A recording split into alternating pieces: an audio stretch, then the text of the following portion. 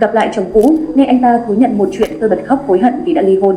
Nghe chồng cũ tâm sự một điều, tôi cảm thấy hối hận mong được quay lại. Tôi ly hôn cách đây 3 năm, từ đó đến nay tôi sống cảnh làm mẹ đơn thân, dẫu khó khăn nhưng tự do.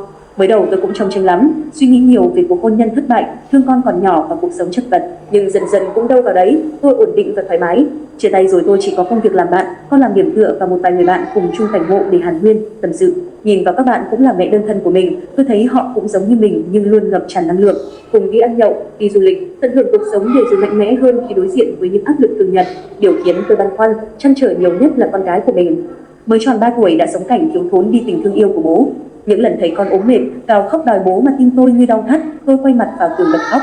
Nhưng giờ con đã cứng cỏi, mạnh mẽ hơn nhiều. Con đã biết tự chăm sóc bản thân, tự ý thức mọi thứ vì nhà chỉ có hai mẹ con. Có những lúc tôi trách mình khờ dại, trách chồng thay đổi tính nết dẫn đến đổ vỡ. Không thể hiểu nổi, một người đàn ông vốn mẫu mực, tôi hết lòng thương yêu lại có ngày giả dối, vô cảm quay lưng lại vợ con. Hàng tháng tôi vẫn nhận khoản tiền nuôi con từ chồng cũ, nhưng tuyệt nhiên chưa một lần gặp mặt suốt mấy năm nay. Anh ta đẹp trai, ăn nói có duyên, phong cách ăn mặc nghịch lãm. Tôi đoán rằng sau khi bỏ vợ, anh ta sẽ có hết cuộc tình này tới cuộc tình kia vì tự do, không còn ràng buộc gì như hồi có gia đình. Cũng có thể chồng cũ của tôi lấy một người phụ nữ giàu có nào đó đổi đời, điều mà anh ta mãn nguyện lắm khi chê bai tôi đủ đường vừa nghèo vừa kém xinh đẹp. Tránh gặp nhau là thế, nhưng rồi vẫn phải gặp như không thể tránh khỏi. Mẹ chồng cũ bị ốm, tôi đưa cháu nội về thăm bà, lúc đó chồng cũ cũng ở đó. Con gái gặp bố, ôm chầm lấy khóc lóc vì nhớ bố.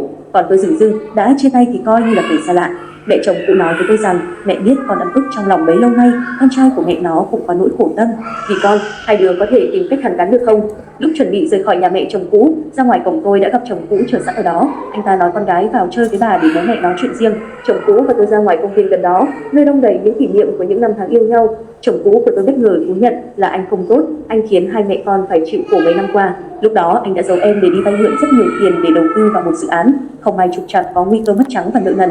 Anh nghĩ cách ly hôn để không làm ảnh hưởng đến em và con. Bây giờ dự án đã thành công, tiền thu về đủ để cho chúng ta sống thoải mái đến lúc già. Anh chỉ sợ em vì ghét bỏ anh hoặc có người khác nên chưa dám đến gặp. Nghe chồng cũ nói xong, tôi bật khóc trước sự thật. Không phải tôi nghĩ về tương lai giàu có, mà tôi hối hận khi đã hiểu lầm chồng. Hồi đó, tôi cứ nghĩ rằng chồng ngoại tình, cờ bạc nên mới thay đổi tính nết, và tôi nghe nói chồng đi vay mượn khắp nơi như vậy. Tôi hối hận vì đã dễ dàng ly hôn mà không tìm hiểu rõ mọi chuyện.